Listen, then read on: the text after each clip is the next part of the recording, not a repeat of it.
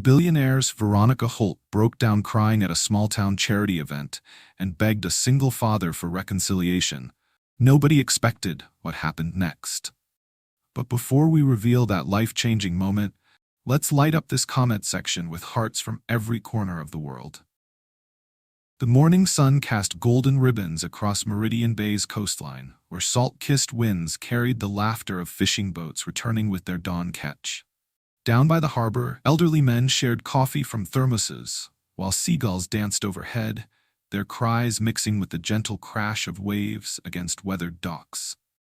Children's voices echoed from the nearby Code playground, as mothers pushed swings and fathers taught toddlers to feed ducks from paper bags filled with breadcrumbs. This was a community where neighbors knew each other's names, where front porches held rocking chairs that had witnessed decades of shared stories, and where the local diner served coffee strong enough to fuel dreams and conversations that lasted until closing time. 43 floors above this warmth, in a glass tower that pierced the morning sky like a crystal monument to ambition, Veronica Holt stood motionless at her penthouse window. Her manicured fingers pressed against the cool glass as she gazed down at the life below, a world that seemed as distant as a foreign country, despite being separated by mere elevation. The contrast was stark. Down there, authentic connection flowed like the tide, while up here, silence wrapped around her like expensive silk that couldn't provide real comfort. At 35, Veronica commanded a business empire worth $2.8 billion. Her technology and finance companies had revolutionized 3 industries. Her face graced magazine covers monthly, and her name appeared on Forbes lists with the regularity of sunrise.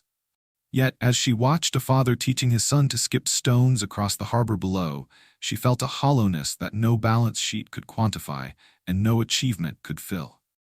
Her assistant knocked softly before entering, 3 precise raps that had become as routine as breathing. "Miss Holt, your 9 a.m. is here. The Patterson Group representatives are waiting in conference room A." "Cancel it." Veronica's voice carried the authority of someone accustomed to being obeyed, but underneath lay something her assistant had never heard before: wariness. "Cancel it?" Jennifer's professional composure flickered. "But this is the merger you've been working toward for 8 months. The one worth." "I know what it's worth." Veronica turned from the window, stunned that, her designer suit impeccable but her eyes holding shadows that expensive makeup couldn't quite conceal. "Reschedule everything today. I need space to think." After Jennifer left, confusion written across her face, Veronica returned to her window. Below, the father and son had moved to a bench where they shared what looked like homemade sandwiches. The simple intimacy of that moment, the way the boy leaned against his father's shoulder, the man's gentle hand smoothing his son's hair, sent an unexpected ache through Veronica's chest. She had built this tower, this empire, this life of perfectly controlled chaos. But when was the last time someone had touched her with such natural affection? When had she last shared a meal that wasn't a business dinner calculated for networking advantage? The questions multiplied like cracks in glass, each one revealing the fragility beneath her polished exterior. Her phone buzzed with notifications, stock reports, meeting requests, investment opportunities that could add millions to her already substantial fortune. She silenced it all. The numbers that once thrilled her, profit margins, market shares, quarterly growth, now felt like hollow victories in a game she'd forgotten how to enjoy playing. Veronica walked through her penthouse, past furniture that cost more than most people's homes, past artwork that museums envied, past windows that offered views money couldn't truly buy. But none of it filled the space inside her chest where warmth should have lived. The silence here was different from the comfortable quiet of the harbor below. This was the silence of isolation, of success achieved at the cost of everything that made victory meaningful. Her reflection stared back from the bathroom mirror. Flawless skin maintained by the world's best dermatologists, hair styled by exclusive salons, eyes that had learned to project confidence even when doubt lived behind them. But today, those eyes held something new. Hunger. Not for more wealth or greater achievements, but for something she couldn't name. Something that watching that father and son had awakened like a dormant seed finally touched by sunlight. The local newspaper lay folded on her kitchen counter, delivered each morning though she rarely read it. Today, a small headline caught her attention. Annual Hope and Healing Charity Drive this Saturday. Community comes together for new beginnings. The accompanying photo showed volunteers setting up tables in what looked like a converted community hall, their faces bright with purpose that seemed to radiate from the page itself.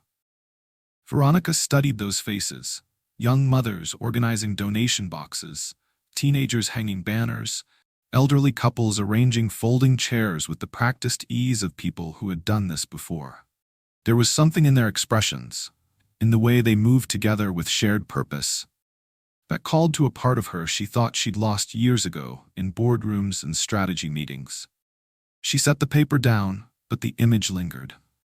All morning, as she tried to focus on reports and calls that suddenly felt meaningless, her mind kept returning to that photo. The volunteers' genuine smiles, the sense of community connection, the simple but profound act of coming together to help others. It represented everything her wealth had failed to purchase. By afternoon, an inexplicable restlessness had settled over her. She found herself changing from her business suit into simpler clothes: dark jeans, a soft sweater, flat shoes that wouldn't announce her arrival with clicking heels. She studied herself in the full-length mirror, hardly recognizing the woman looking back. Gone was the armor of designer labels and power accessories. What remained looked almost human. "Where are you going?" she asked her reflection, but the answer felt as inevitable as the tide below. The community hall, the charity event, the faces from the newspaper that had been calling to her all day with a voice she couldn't ignore. But something was calling her to that community hall. Something stronger than logic, deeper than curiosity. As she gathered her keys and headed for the elevator that would carry her down from her tower of achievement, Veronica felt the first stirrings of hope she'd experienced in years. She didn't know what waited for her at that humble gathering, but for the first time in decades, not knowing felt like possibility rather than uncertainty. The elevator descended 43 floors, each level bringing her closer to the ground, closer to the community that had been living and loving just beneath her notice, closer to whatever was about to change her life forever. Drop a heart if you've ever felt successful on paper, but empty inside. 5 miles across town, in a modest 2-bedroom apartment above Murphy's hardware store, 3 alarm clocks erupted in synchronized chaos at 5:47 a.m. Derek Monroe had learned that redundancy was survival when you were the only parent standing between a 7-year-old and the world's expectations. The first alarm, a vintage wind-up clock that had belonged to his grandfather, clanged with mechanical persistence. The second, a digital display on his nightstand, beeped with modern urgency. The third, his phone, buzzed against the wooden surface like an agitated bee. Derek's hand found the nearest clock before his eyes opened, muscle memory guiding him through the daily ritual of awakening. "Daddy?" Luna's voice drifted through the thin wall separating their bedrooms. "Is it morning time?" "It's morning time, sunshine." His voice carried warmth despite the exhaustion that lived permanently in his bones. 5 more minutes, okay?" Those 5 minutes belonged to him alone. The only moments of the day when Derek allowed himself to feel the weight of everything he carried. In the gray pre-dawn light filtering through curtains Luna had helped him hang 2 summers ago, he pressed his palms against his eyes and took inventory. Rent due in 12 days, Luna's school shoes developing holes, the truck making that concerning noise again, and somewhere beneath it all, the constant ache of missing Maria. His late wife's photograph smiled at him from the nightstand, her dark eyes holding the same spark that lived in Luna's gaze. 3 years had passed since the accident. A drunk driver, a rainy Tuesday, a phone call that changed everything. But grief had taught Derek that love doesn't diminish with time. It simply learns to coexist with hope. Every sunrise is a new chance to heal. He whispered the words that had become his anchor, then rose to begin another day of proving them true.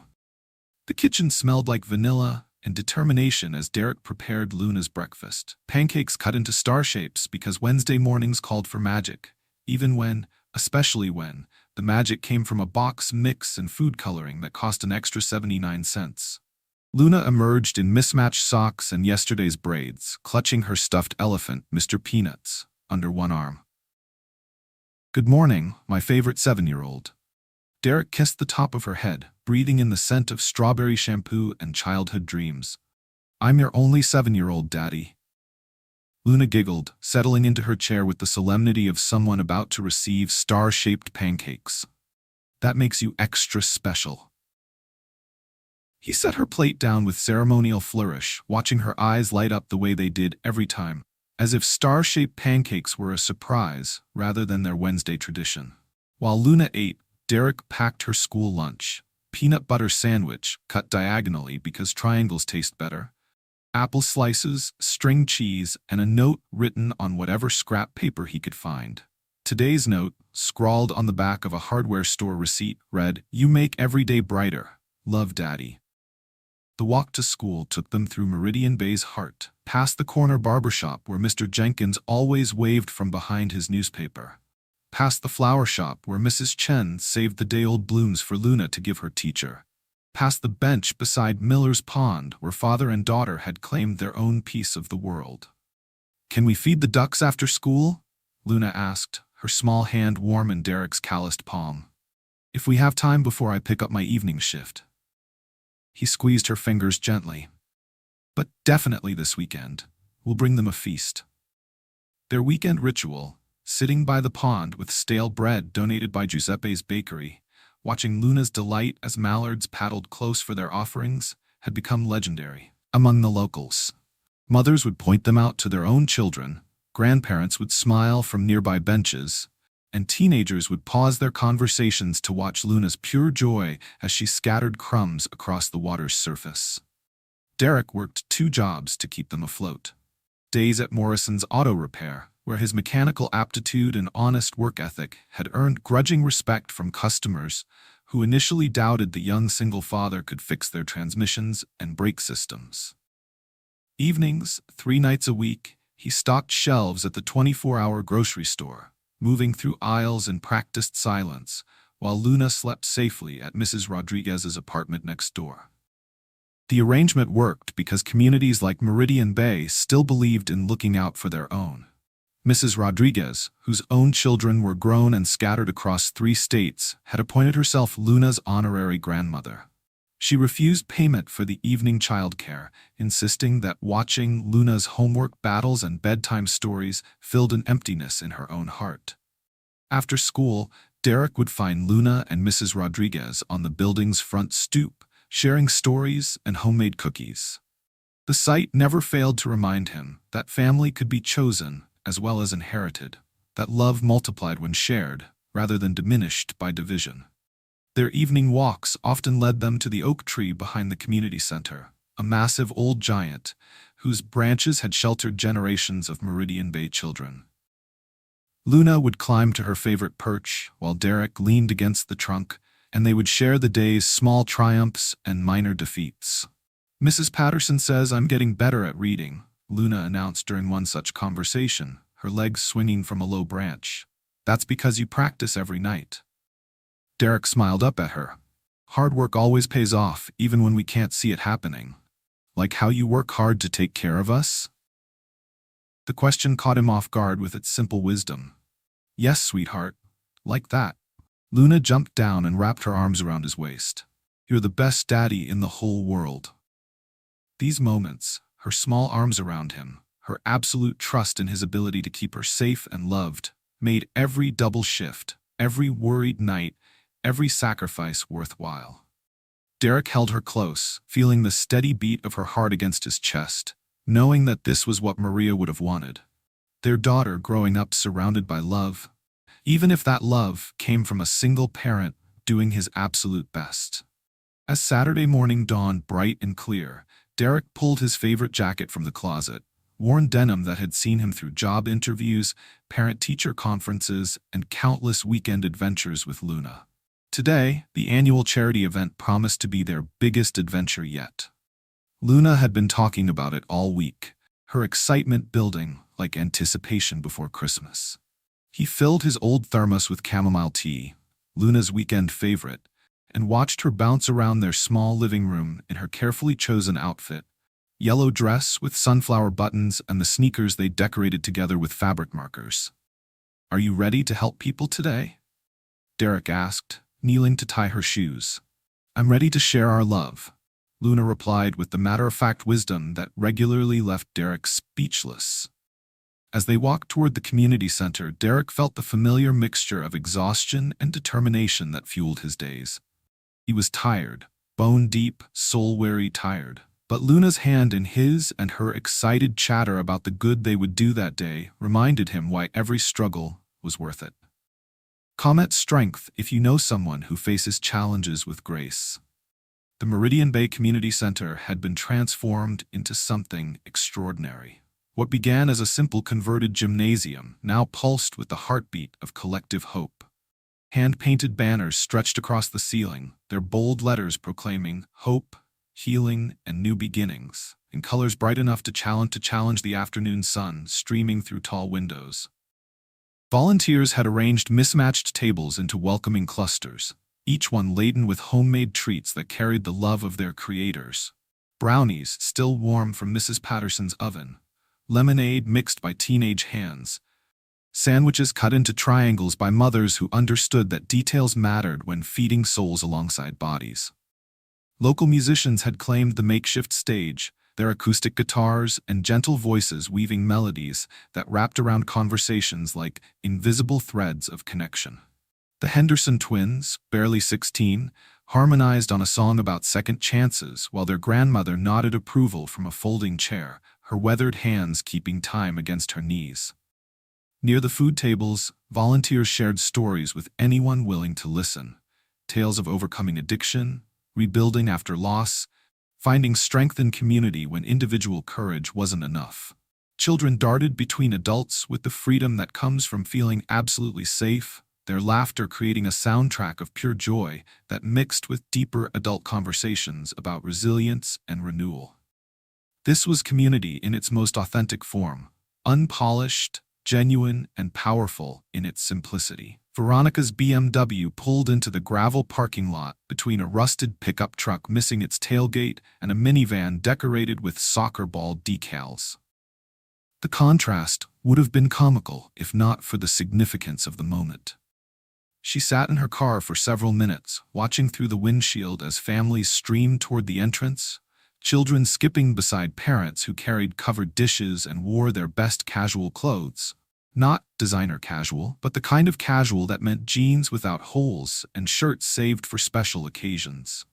When she finally emerged, Veronica had chosen her appearance carefully. The charcoal wool pants and cream cashmere sweater spoke of quality without shouting wealth. Her jewelry minimal, just the pearl earrings her grandmother had left her, worn today as a talisman of connection to something beyond corporate boardrooms. Her hair fell loose around her shoulders rather than pulled back in its usual power woman chignon. She looked successful but approachable, elegant but not intimidating. Or so she hoped. The community center's double doors stood open, welcoming everyone without judgment or requirement for admission. Veronica paused at the threshold, struck by the warmth that seemed to flow outward like an invitation. Inside, conversations flowed in comfortable rhythms. Neighbors catching up on grandchildren's achievements, friends sharing weekend plans, strangers becoming acquaintances over shared plates of homemade cookies. She moved through the gathering like a careful observer, accepting offered cups of lemonade and nodding at stories shared by volunteers eager to connect. But despite the warmth surrounding her, Veronica felt like an anthropologist studying a foreign culture. These people seemed to possess something she had forgotten how to access, the ability to be present, to find joy in simple interactions, to offer pieces of themselves without calculating potential returns on investment. The afternoon light slanted through windows, casting everything in golden tones that made ordinary faces luminous and transformed simple gestures into moments worthy of remembering. Children's voices rose and fell like music, mixing with the deeper tones of adult conversation about gardens and job searches and small-town concerns that felt simultaneously foreign and familiar to Veronica's city-trained ears. She had positioned herself near a table of desserts, ostensibly admiring the volunteer-baked offerings, but actually using the vantage point to observe without being observed. That's when she saw him. Derek Monroe stood beside a cluster of folding chairs, his worn denim jacket open over a navy t-shirt that had seen better days but was clean and carefully maintained. His dark hair needed cutting, and his boots showed the scuffs of honest work. But there was something in his posture, a quiet dignity that spoke of inner strength tested by circumstance but never broken. At his side, a little girl with dark curls and eyes that seemed to hold starlight was attempting to convince a group of slightly older children to share their stories about dreams.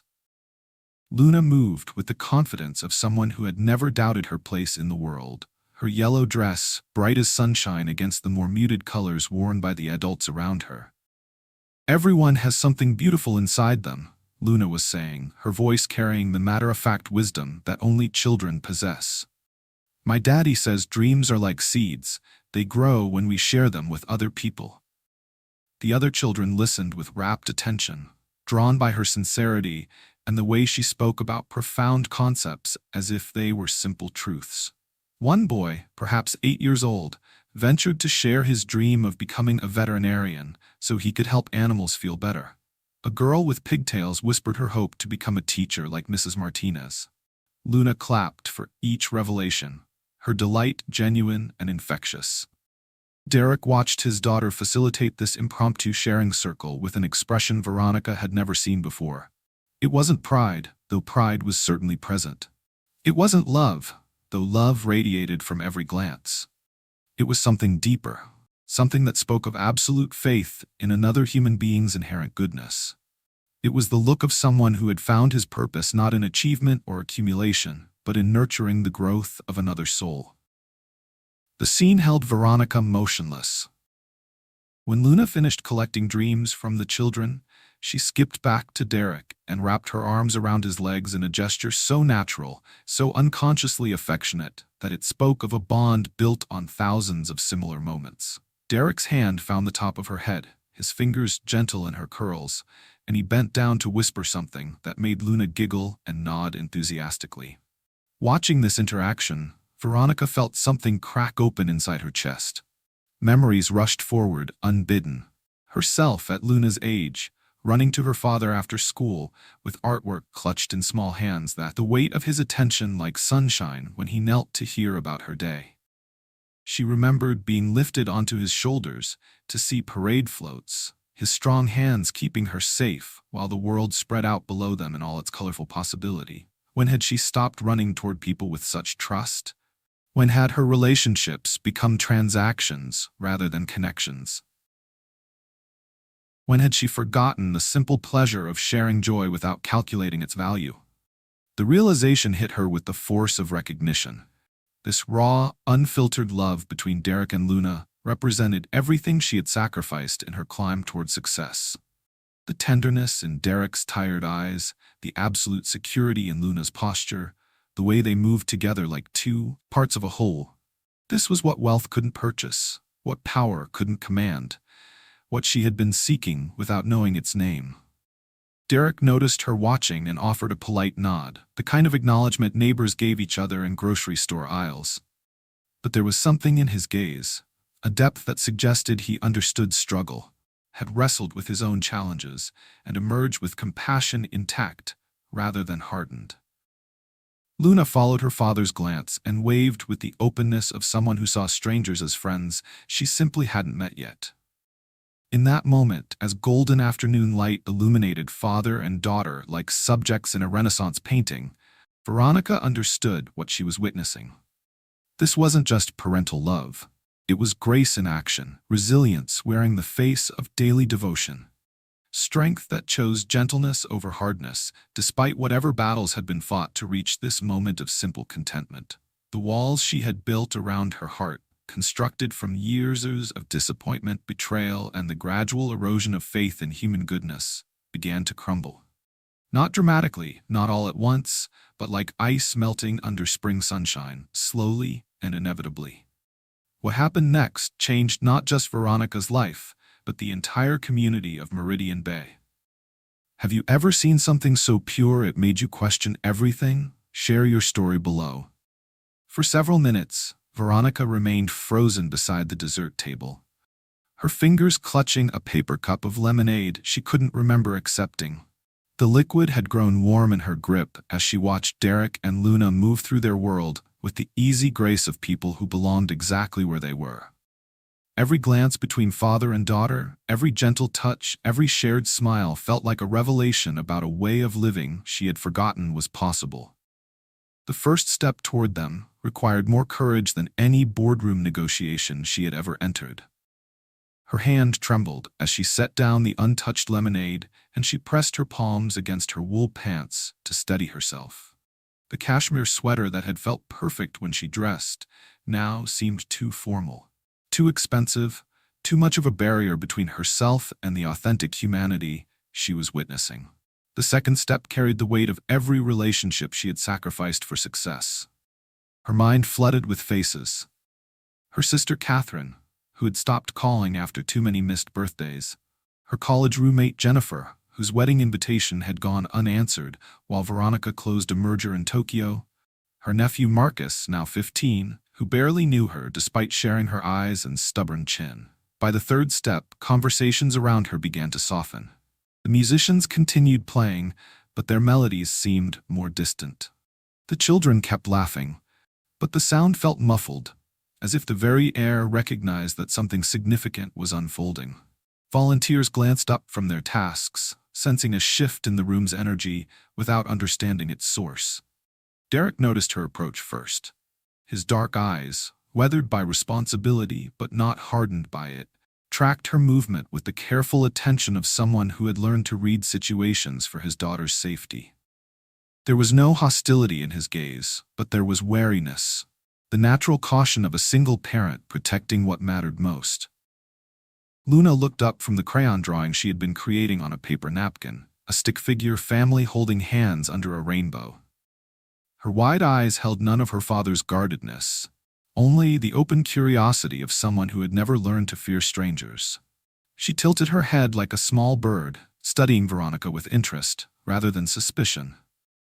"Hello," Luna said brightly, as if expensive strangers approached her regularly in community centers. "Do you want to see my drawing? It's about families loving each other even when things are hard." The simple question nearly broke Veronica's resolve. She knelt to Luna's eye level, bringing herself down from the intimidating height of adulthood to the honest realm of childhood perspective. The drawing was beautiful in its simplicity, figures connected by clasped hands, faces wearing circular smiles, a sun with rays that stretched beyond the napkin's borders. "It's lovely," Veronica managed, her voice catching slightly. "You're very talented." "Daddy says everyone has talent for something. Mine is making pictures that help people feel better." Luna beamed with the confidence of someone whose worth had never been questioned. "What's your talent?" The question hung in the air like a challenge wrapped in innocence. Veronica's achievements flashed through her mind. The companies built, the deals closed, the wealth accumulated. But none of them felt like talents that helped people feel better. None of them seemed worthy of this child's bright attention. Veronica's voice failed her completely. She looked up at Derek, searching for rescue, but found something unexpected in his expression. Not pity, not judgment, but recognition. The look of someone who understood what it felt like to be stripped down to your most essential self and found wanting. "I think," Derek said gently, his voice carrying the warmth that had made Luna feel safe every day of her short life, "that your talent might be something you're still discovering." The kindness in his words, offered to a stranger who was clearly struggling, shattered the last of Veronica's defenses. Tears began to gather in her eyes, tears she hadn't allowed herself to shed in boardrooms, in first-class airplane seats during red-eye flights, in the marble bathroom of her penthouse, where success felt most like failure. "Excuse me," she whispered, then cleared her throat and tried again. Could I speak with you for a moment?" Derek's eyes moved between his daughter and this elegant stranger who was coming apart at the seams. Luna had returned to her drawing, adding what looked like flowers around the stick figure's feet, but Veronica could sense the child listening with the heightened awareness that children possess when adults enter emotional territory. "Of course," Derek replied, rising from his crouch beside Luna's chair. "Luna, sweetheart, can you finish your beautiful picture while I talk with this nice lady?" Luna nodded solemnly, as if she understood this was an important grown-up moment that required her cooperation. She selected a green crayon with theatrical deliberation and began adding grass beneath her family of stick figures. Around them, the community center had grown quieter without anyone making a conscious decision to listen. Conversations continued, but at lower volumes. The musicians played on, but their music felt like a gentle soundtrack to whatever was about to unfold. Even the children seemed to sense the gravity of the moment, their games becoming less boisterous, their voices more subdued. Veronica stood slowly, her legs unsteady beneath her. When she spoke, her voice carried none of its usual corporate authority. Instead, it trembled with the vulnerability of someone stepping into unknown territory without a map. "I must tell you something," she began, her words barely above a whisper. "I see here, between you and your daughter, a love so genuine that it fills a void I have kept locked away for so long." Derek's expression softened further, the wariness replaced by something deeper. He had heard enough confessions in his 32 years to recognize the sound of a soul unburdening itself. His own experience with loss, with the desperate search for meaning in the aftermath of tragedy, had taught him to recognize when someone was drowning in their own success. "I have built empires," Veronica continued, her voice growing stronger even as tears began to flow freely down her cheeks. "I have accumulated more wealth than I could spend in 10 lifetimes. I have achieved everything our society tells us to want, and yet—" She paused, her breath catching as the words she had never allowed herself to think pressed against her lips, demanding to be spoken. "And yet I am empty. I am successful and respected and utterly, completely empty. I have sacrificed every relationship that ever mattered for achievements that feel hollow when the conferences end and the applause dies away. I have forgotten what it feels like to touch someone without calculating the benefit, to love someone without measuring the return on investment." The confession hung in the air between them, raw and honest and devastating in its simplicity. Around them, the community seemed to lean in collectively, sensing that they were witnessing something rare and precious, the moment when a human being chooses truth over pretense. Luna looked up from her drawing, her young face serious, with the weight of adult emotions she couldn't fully comprehend but could absolutely feel. She set down her crayon and moved to stand beside her father, her small hand finding his larger one with automatic trust. "I watch you with her," Veronica continued, gesturing toward Luna, "and I remember what I have lost, what I gave away, what I convinced myself didn't matter as much as the next acquisition, the next milestone, the next proof that I was worthy of something I can't even name anymore." Derek's free hand moved slowly, carefully, reaching toward Veronica in a gesture of comfort. He didn't touch her. They were strangers, after all, but his palm turned upward in invitation, offering support without demand. "You are not the only person who has lost their way," he said quietly, his voice carrying the wisdom earned through his own valleys of struggle. "Everyone here has made choices they regret, has sacrificed things they wish they could reclaim. The difference is whether we let those mistakes define us or whether we use them as stepping stones toward becoming who we were meant to be." His words broke something open inside Veronica's chest. The tears came harder now, not the elegant single drops of movie scenes, but the messy, overwhelming flood of years of suppressed grief and longing. Her careful makeup smeared, her composed appearance cracked, and the billionaire who commanded respect through presence alone became simply a woman crying in a community center, surrounded by strangers who somehow felt like family. "I want to reconcile," she sobbed, the words torn from some deep place she had forgotten existed. "I need to reconcile. Not just with you, not just with this moment, but with life itself, with love itself. With the person I used to be before I forgot that success without connection is just expensive loneliness." The cry that escaped her then was primal, the sound of a soul finally admitting its deepest hunger. "Let's reconcile," she called out, her voice breaking with the force of years of suppressed need. "Let's reconcile with what matters, with what we've lost, with what we can still become if we have the courage to try." Derek stepped forward and placed his steady hand on Veronica's shoulder. A gesture of solidarity from someone who understood what it meant to be broken and still choose hope. Luna, moving with the intuitive wisdom that children possess, wrapped her small arms around Veronica's legs in an embrace that asked for nothing and offered everything. The community center exhaled collectively, a sound like wind through trees, as if everyone present had been holding their breath and could finally release it. The transformation was complete. The billionaire had become human, the stranger had become someone worthy of comfort, and the walls between worlds had crumbled under the weight of shared vulnerability. In that moment, surrounded by the warmth of people who'd once been strangers, Veronica felt something she hadn't experienced in decades. She felt like she belonged. The evening light stretched long across the community center as volunteers began the gentle process of cleaning up after the day's events. Tables needed folding, chairs required stacking, and leftover food waited to be distributed among families who could use an extra meal or two. But nobody seemed in any hurry to leave. The transformation they had witnessed, a billionaire's walls crumbling in front of strangers who had become witnesses to raw human vulnerability, had created an atmosphere where ordinary endings felt insufficient. Veronica found herself washing dishes alongside Mrs. Chen from the flower shop, their hands moving in sudsy water while conversations flowed around them like a river of shared humanity. The billionaire, who had never washed her own dishes, learned the rhythm of rinse, scrub, dry, from a woman whose English carried the music of her native Mandarin, but whose kindness needed no translation.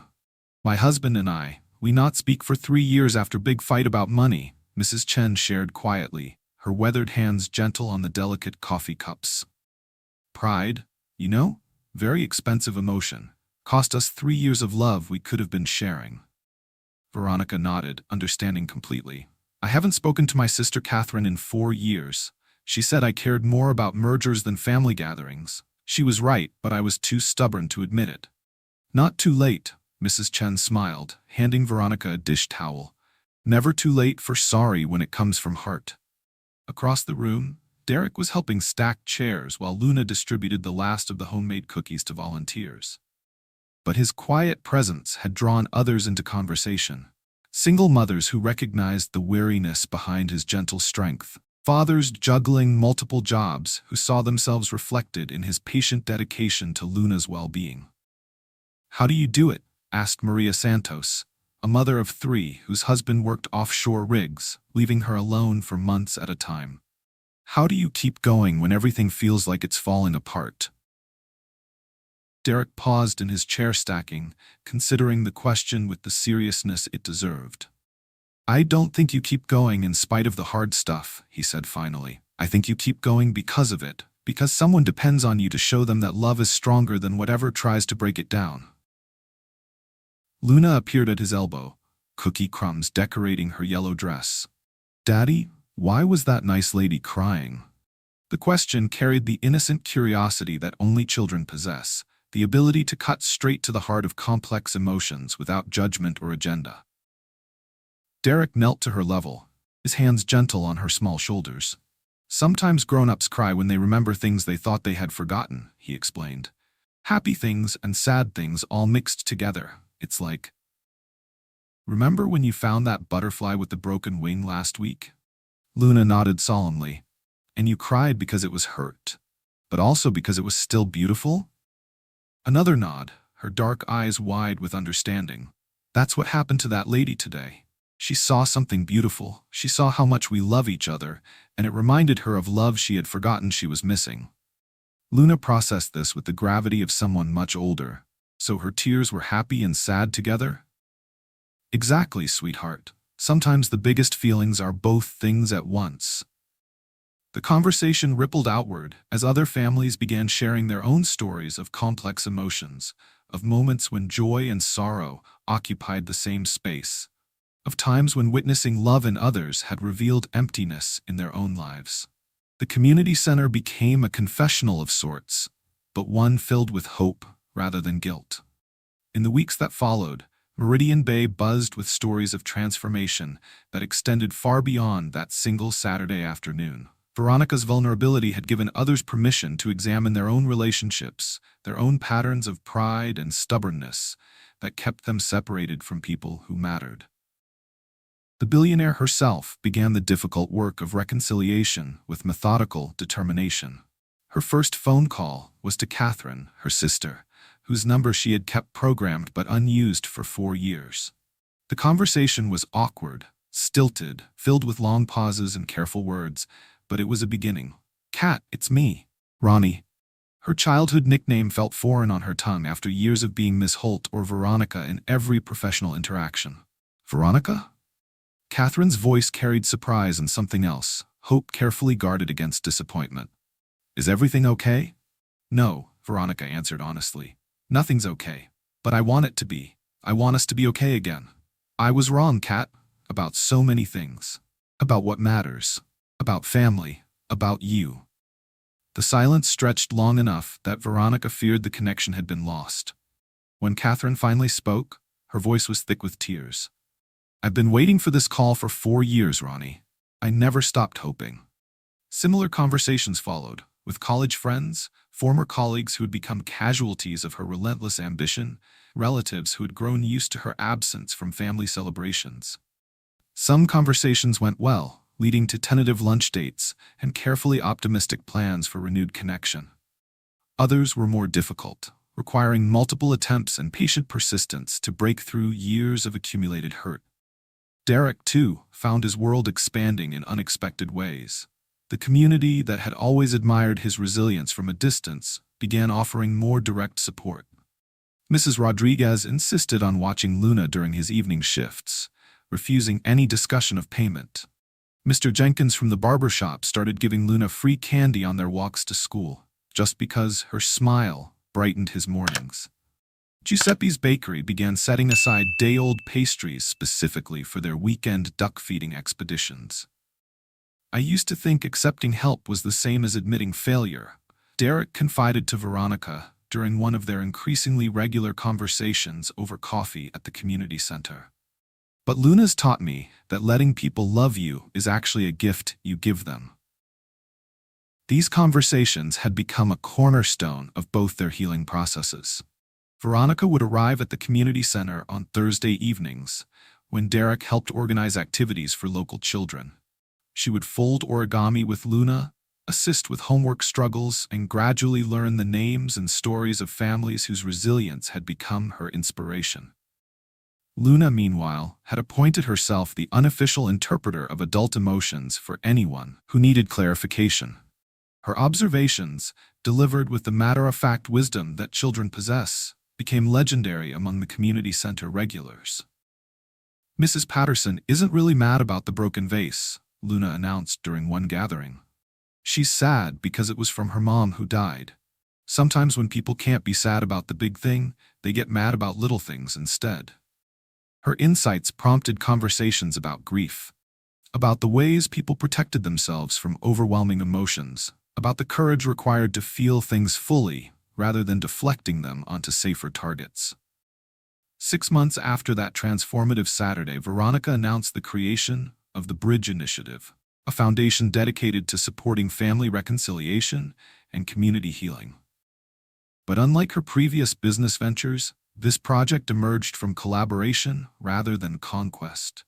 Derek became her co-director, his understanding of struggle from the ground level, balancing her resources and organizational expertise. The Foundation's first program paired families working toward reconciliation with counselors who specialized in rebuilding trust after extended separation. Support groups met weekly, offering safe spaces for people to practice vulnerability before attempting more difficult conversations with estranged relatives. Community workshops taught practical skills: active listening, conflict resolution, the art of sincere apology. Derek's single-parent support group became a model program, expanding to serve 3 neighboring communities. Fathers and mothers juggling impossible schedules found solace in shared struggles and practical advice from someone who understood their daily reality. Luna often attended these meetings, her coloring books and quiet presence reminding exhausted parents why their struggles were worthwhile. The media attention that followed was unlike anything Veronica had experienced in her business career. Instead of calculated interviews about market strategies and profit projections, reporters wanted to understand her personal transformation. The carefully crafted corporate image gave way to raw honesty about loneliness, regret, and the courage required to rebuild relationships damaged by years of neglect. Her appearance on Morning Conversations, a nationally syndicated talk show, went viral within hours of airing. Sitting beside host Jennifer Walsh, wearing simple clothes and no makeup to hide the evidence of tears, Veronica spoke with unprecedented openness about her journey from isolation to connection. "I thought success meant never needing anyone," she said, her voice steady despite the emotion behind her words. "But watching Derek with his daughter taught me that real success is being someone others can depend on, someone who shows up not just when it's convenient, but especially when it's hard." The interview sparked thousands of responses from viewers sharing their own stories of estrangement and reconciliation. Social media filled with posts about family members people hadn't spoken to in years, friends lost to pride and misunderstanding, relationships worth fighting to rebuild. Derek's story, woven throughout the foundation's publicity materials, inspired single parents across the country. His philosophy, that love multiplied when shared rather than diminished by division, became a rallying cry for communities working to support their most vulnerable families. Local news stations began featuring regular segments about the Bridge Initiative's work, showcasing families who had successfully navigated reconciliation with the Foundation's support. Each story reinforced the same truth that Veronica had discovered that Saturday afternoon. Authentic connection was worth whatever courage it required to achieve. Tag someone who needs to hear that it's never too late for reconciliation. The transformation that had begun in Meridian Bay's community center didn't unfold without resistance. Real change never does. As news of Veronica Holt's emotional breakdown and subsequent foundation spread through business circles and society pages, the whispers began, quiet at first, then growing louder, as former associates struggled to reconcile the vulnerable woman they'd seen on television with the ruthless executive they thought they knew. At the Metropolitan Club, where Veronica had once commanded respect through sheer financial presence, members gathered over aged whiskey and speculation. Richard Thornwell, a hedge fund manager who had lost 2 deals to Veronica's sharper negotiating skills, swirled his drink thoughtfully. "Mark my words, this whole charity thing is strategic," he declared to anyone within earshot. "Holt's repositioning her brand. Billionaire with a heart plays better in today's market than billionaire destroyer of competitors." His companion, Margaret Ashford, whose pharmaceutical empire had clashed with Veronica's tech innovations, nodded sagely. "The timing is too convenient. Her approval ratings were tanking after that factory closure in Michigan. Now suddenly she's Mother Teresa?" These conversations, fueled by equal parts skepticism and wounded pride, made their way back to Veronica through mutual acquaintances who thought she should know what people were saying. Each report felt like a physical blow, not because she cared about their opinions, but because they forced her to question her own motivations. Late at night, alone in her penthouse that was slowly but steadily changing character, Veronica would stand at her window and wonder, was she being authentic, or was this just another performance? The question haunted her during the difficult early days when reconciliation felt more like an uphill battle than a joyous homecoming. The penthouse itself bore witness to her internal struggle.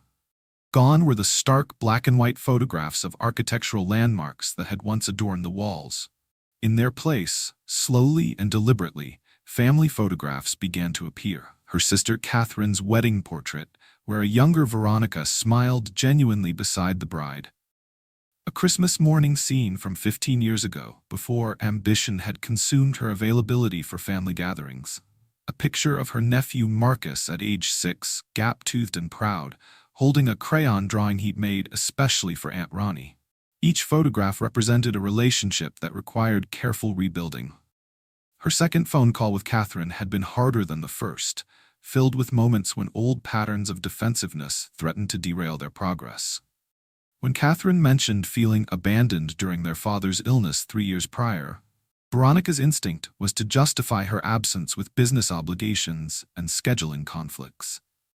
"I was closing the Harrison acquisition," she began, then stopped herself.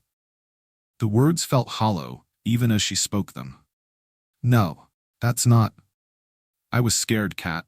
Scared of hospitals, scared of seeing him weak, scared of feeling helpless. Business was easier than being present for something I couldn't fix." The admission hung between them across phone lines and years of hurt. Catherine's voice, when it came, carried the weight of someone who had been waiting years to hear those words. "I needed you there, Ronnie. Not your money, not your connections, just you. I know. I failed you. I failed him. I failed myself." The words came easier now, as if practice was making vulnerability less foreign. "But I want to learn how to show up. Will you teach me?" These conversations, repeated with varying degrees of success across her family network, became a masterclass in patience and humility.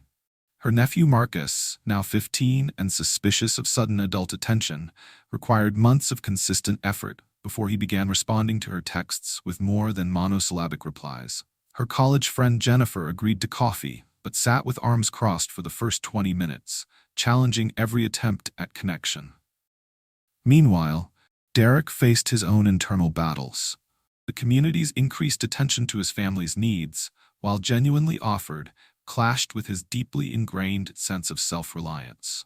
When Mrs. Rodriguez insisted on watching Luna during his evening shifts, part of him rebelled against the charity he perceived in her kindness. "I can take care of my own daughter," he told Veronica during one of their Thursday evening conversations, his voice carrying an edge she hadn't heard before. "Of course you can," she replied carefully.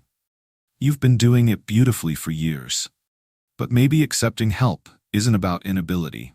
Maybe it's about letting your community love you the way you've been loving Luna, without conditions, without keeping score." The parallel struck home, but that didn't make acceptance easier. Derek had built his identity around being Luna's protector, her provider, her constant source of stability. Allowing others to share that responsibility felt like admitting weakness, even when logic told him otherwise. Luna, with the intuitive wisdom that children possess, became an unexpected mediator during these moments of adult stubbornness. When Derek declined Mr. Jenkins the offer to give Luna free haircuts because we can pay our own way, Luna looked up at her father with those serious dark eyes. "Daddy, remember what you told me about Mr. Peanuts?" she asked, referring to her beloved stuffed elephant. Derek's brow furrowed. "What about him? You said when I share him with other kids at daycare, it doesn't make him less mine, it makes him more loved." Luna's logic was unassailable. "Maybe when people want to help us, it's because they want to share love, not because they think we're not good enough." The simplicity of her reasoning cut through weeks of internal struggle. Derek found himself laughing, not at her words, but at his own resistance to wisdom that came from the mouth of someone barely tall enough to reach doorknobs. These breakthrough moments, scattered among days of hesitation and self-doubt, began to accumulate into genuine progress. Veronica's family dinners, initially stilted affairs where everyone seemed to be walking on eggshells, gradually warmed into comfortable chaos as her nephew shared stories about high school drama and Catherine's husband felt safe enough to tease Veronica about her overly formal table manners. "You don't have to cut your sandwich into perfect triangles, Ronnie," he laughed during one particularly successful evening. "It tastes the same in irregular shapes." The comment sparked a discussion about perfectionism, about the ways Veronica had learned to control external circumstances when internal emotions felt too chaotic to manage. Catherine shared her own struggles with anxiety, how becoming a mother had forced her to accept that some things couldn't be controlled, only navigated with grace. Derek's acceptance of community support happened gradually, in small increments that felt manageable. He allowed Giuseppe to save day-old pastries for their weekend duck feeding without arguing about payment. He let Mrs. Rodriguez teach Luna to make traditional Mexican black hot chocolate without insisting he could handle all of Luna's cultural education himself. He accepted rides to work when his truck broke down, understanding finally that independence and interdependence weren't mutually exclusive. The most challenging test came during Thanksgiving, 6 months after the community center encounter.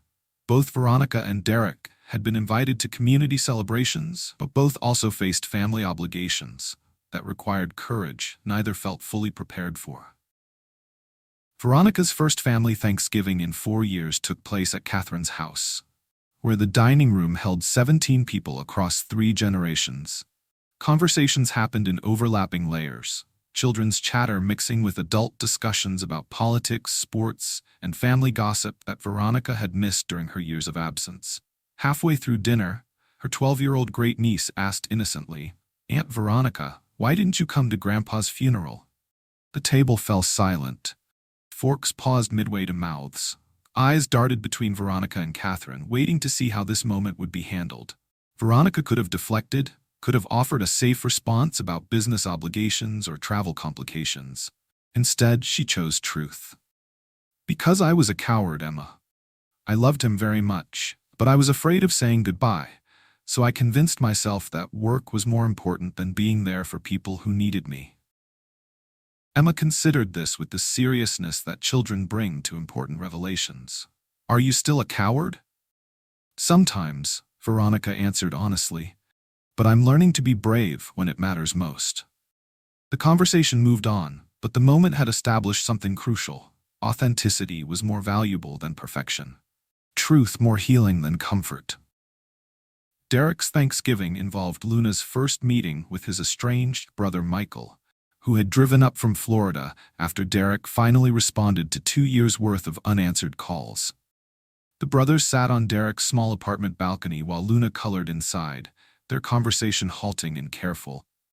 "I should have been here when Maria died," Michael said finally. "Should have helped with Luna, should have done something besides sending that stupid card." "I should have called you back," Derek replied. "Should have let you help instead of assuming you were judging how I was handling everything." The apologies came easier than either had expected, years of misunderstanding dissolving under the weight of honest admission. When Luna emerged to show Uncle Michael her latest crayon masterpiece, the sight of her accepting his stranger's affection with characteristic openness reminded both men that love multiplied when shared rather than hoarded. Through all these testing moments, the community center remained a constant source of support. When Veronica struggled with family dinner conversations, volunteers who had witnessed her transformation offered practical advice about navigating difficult relatives. When Derek questioned whether accepting help diminished his role as Luna's father, other single parents shared their own stories about pride versus pragmatism. These experiences taught both of them the most crucial lesson about reconciliation. It wasn't a single dramatic gesture that fixed years of damage. Instead, it was the accumulation of small, sincere acts: phone calls returned, invitations accepted, help offered and received, apologies given and forgiveness granted, one careful conversation at a time. The billionaire and the single father, brought together by chance and changed by choice, learned that healing relationships required the same patience needed to grow anything worthwhile. Consistent attention, gentle persistence, and faith that small daily acts of love could eventually transform even the most damaged connections into something beautiful and strong. The first snowfall of winter had transformed Meridian Bay into a community wrapped in white silence, where streetlights cast warm circles of gold against the crystalline landscape. Inside the community center, now decorated with evergreen garlands and handmade ornaments created by local children, the annual Local Heroes celebration buzzed with anticipation. This year's event held special significance. It marked 8 months since that transformative Saturday afternoon that had changed not just 2 lives, but an entire community's understanding of what reconciliation could accomplish. Mayor Patricia Williams adjusted the microphone at the modest podium, her breath visible in the slightly chilly air of the old building. "Tonight, we honor those among us whose quiet acts of courage have created ripples of healing that extend far beyond our town borders." The crowd of nearly 200 people, families who had driven from neighboring communities, local business owners who had closed early to attend, children wearing their Sunday best despite the casual venue, settled into comfortable quiet. In the front row, Derek Monroe sat with Luna beside him. her latest yellow dress now accompanied by a small cardigan knitted by Mrs. Rodriguez. Both father and daughter watched the stage with expressions of anticipation mixed with gentle pride.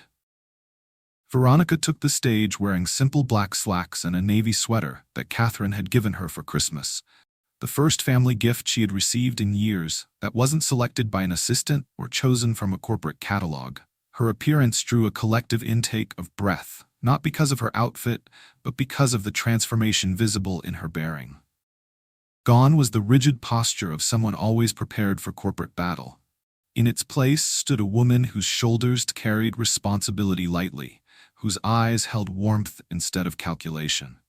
8 months ago, she began, her voice carrying clearly to every corner of the packed room. I stood in this very space and experienced the most important moment of my adult life. Not because I signed a lucrative contract or closed a profitable deal, but because I witnessed love in its purest form and recognized everything I had been missing. Her gaze found Derek and Luna in the front row, and she smiled. Not the practiced expression she had perfected for board meetings, but something genuine and unguarded. That day taught me that true power doesn't lie in our ability to control outcomes or accumulate assets. True power lies in our ability to love and forgive. Ourselves, our families, our communities, and even strangers who become family when we have the courage to be vulnerable. The applause began slowly, a gentle rhythm that built into something warmer and more sustained as her words settled into hearts around the room. But Veronica continued, raising her hand for quiet. I want to share something with you tonight that I've never said publicly before. For 15 years, I believed that success meant never needing anyone. I built walls so high that I forgot what it felt like to truly connect with another human being. I measured my worth in quarterly profits and stock prices, convinced that financial achievement would eventually fill the emptiness inside me. She paused, her voice catching slightly as emotion threatened to overwhelm her careful composure. But watching Derek with Luna, seeing the way love multiplied between them instead of dividing, witnessing how a father's patient devotion could create such security and joy in his child, I realized I had been living in poverty while thinking I was rich. Rich in money, but poor in everything that actually matters. Derek felt tears gathering in his eyes, not from sadness but from recognition. Luna, sensing her father's emotion with the intuitive awareness children possess, slipped her small hand into his larger one and squeezed gently. The Bridge Initiative exists because of what I learned in this room, Veronica continued. That healing happens when we stop trying to fix everything alone and start trusting our community to help carry our burdens. That forgiveness is not a weakness, but the strongest force in human experience. That it's never too late to choose connection over isolation, love over fear, reconciliation over resentment. The standing ovation that followed was unlike anything the community center had ever hosted. But this wasn't the polite applause of corporate events or charity galas. This was the sound of recognition, of people seeing their own struggles and victories reflected in Veronica's journey from isolation to belonging. Later that evening, as volunteers cleaned up paper plates and folded chairs, the conversations continued. Social media posts began appearing within hours. Photos of community members embracing, quotes from Veronica's speech shared with personal stories of reconciliation, videos of Luna explaining to local news reporters why grown-ups need to say sorry more often and hug more often too. The speech went viral within 48 hours, not because of celebrity drama or corporate scandal, but because of its authentic message of hope. Comments poured in from people across the country, sharing their own stories of estrangement and healing, of relationships they had written off as irreparable, but were now reconsidering. The Bridge Initiative, originally designed to serve Meridian Bay and surrounding communities, expanded to meet unexpected demand. Veronica found herself consulting with community leaders from 3 states who wanted to establish similar programs. Derek's single-parent support groups multiplied, requiring additional volunteers and meeting spaces as word spread about their practical approach to building resilience through connection. Luna's role evolved too, though she remained blissfully unaware of her growing reputation as a source of unfiltered wisdom. During a particularly challenging group session where parents struggled with self-doubt and exhaustion, she looked up from her coloring book and observed matter-of-factly, "Sometimes being a good parent means letting other people help you so you don't get too tired to be happy." The comment became the foundation for the program's core philosophy: sustainable parenting requires community support, not superhuman individual effort. Anniversary celebrations of that original charity event became annual traditions that drew visitors from across the region. But these gatherings weren't about nostalgia. They were about continuing transformation, about recognizing that healing is an ongoing process rather than a destination. Veronica developed her own daily ritual to honor the lesson she had learned.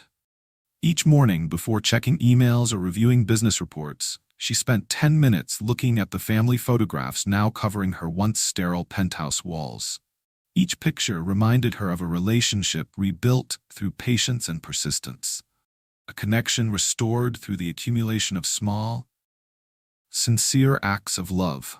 Derek's transformation manifested differently but equally profoundly. The man who had once believed that accepting help diminished his value as a father now understood that interdependence was not weakness, but wisdom.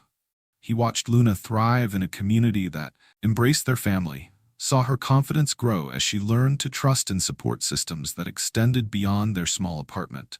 Their friendship, born from a moment of unexpected vulnerability, had become something neither could have anticipated. A partnership in teaching others that redemption was possible, that isolation was a choice rather than an inevitability, that love shared multiplied rather than divided. The community of Meridian Bay, once simply a pleasant coastal town where people lived parallel lives, had transformed into something rarer, a place where neighbors actively invested in each other's well-being, where vulnerability was met with support instead of judgment, where the story of a billionaire and a single father continued to inspire daily acts of reconciliation and grace. Their legacy lived not in monuments or foundations, but in the countless small moments when community members chose connection over conflict, forgiveness over resentment, love over fear. 5 years have passed since that transformative Saturday afternoon in Meridian Bay's community center, and the coastal town has become something of a pilgrimage destination for people seeking proof that authentic change is possible. Visitors arrive not to see monuments or museums, but to witness a community that chose healing over division, connection over isolation, love over fear. The transformation is visible in countless small details. Neighbors who know each other's names and stories, front porches that host evening conversations instead of serving merely as decoration. A community center that buzzes with activity 7 days a week as families gather for support groups, children's programs, and intergenerational events that bridge the gaps between young and old. Veronica Holt, now 41, has become an unexpected emblem of redemption for a generation that grew up believing success and connection were mutually exclusive goals. Her penthouse, once a sterile monument to achievement, now serves as headquarters for the Bridge Initiative's expanding network of community healing programs. The walls display not corporate awards, but thank you letters from families who have found their way back to each other through the Foundation's work. Her business empire, rather than shrinking from reduced attention, has flourished under her new philosophy of conscious leadership. Companies want to partner with executives who understand that sustainable success requires investing in human well-being alongside profit margins. Her autobiography, The Space Between Success and Joy, became a bestseller not because of corporate insights, but because of its unflinching honesty about the cost of emotional isolation and the courage required to rebuild relationships damaged by years of neglect. Derek Monroe, now 37, has emerged as a quiet leader whose influence extends far beyond Meridian Bay. His single-parent support network serves over 2,000 families across 7 states, offering not just practical resources, but something more valuable: proof that love shared multiplies rather than diminishes.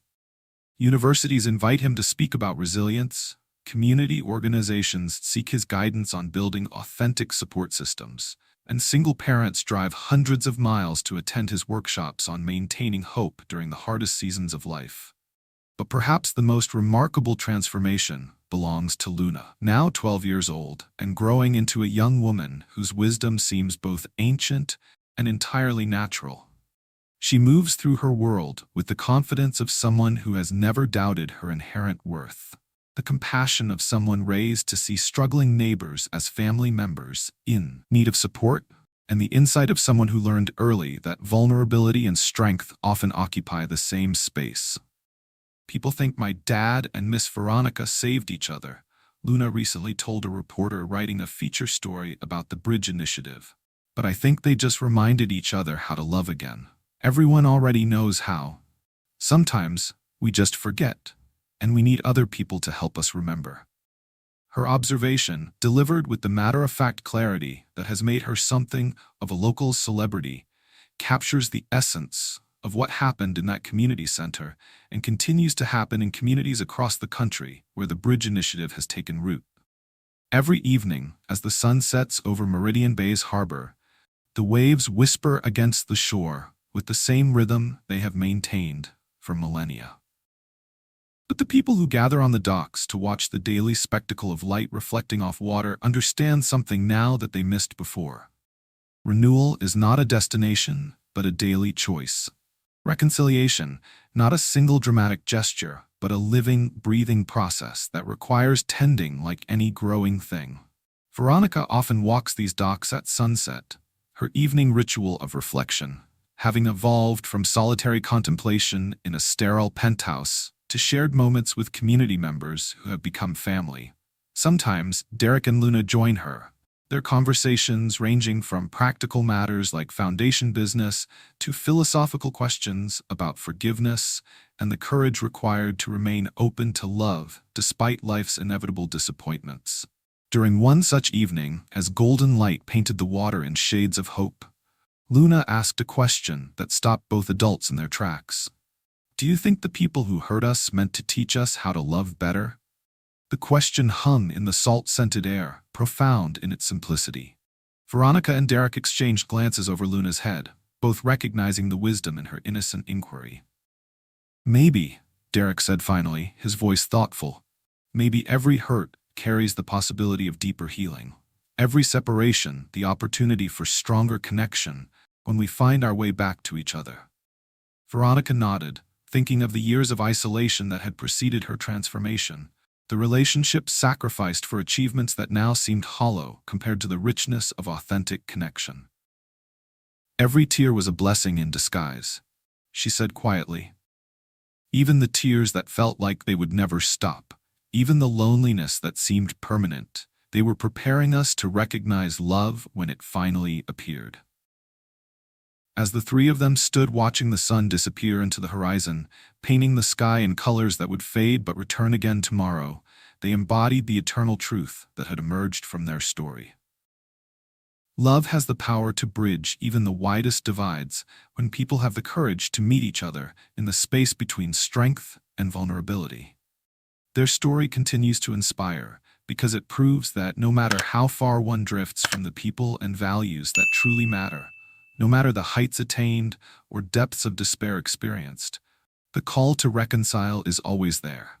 A gentle but persistent invitation to return to the beating heart of human connection. In a world that often seems fractured beyond repair, their journey offers hope that healing is possible, that bridges can be built across any chasm, that it's never too late to choose love over fear, connection over isolation, reconciliation over resentment. The waves continue their eternal rhythm, whispering the same message they have carried for countless generations. Renewal is always possible for those brave enough to begin again. If this story touched your heart, share it with someone who needs hope. Subscribe for more stories of transformation, and remember, your reconciliation story is waiting to be written.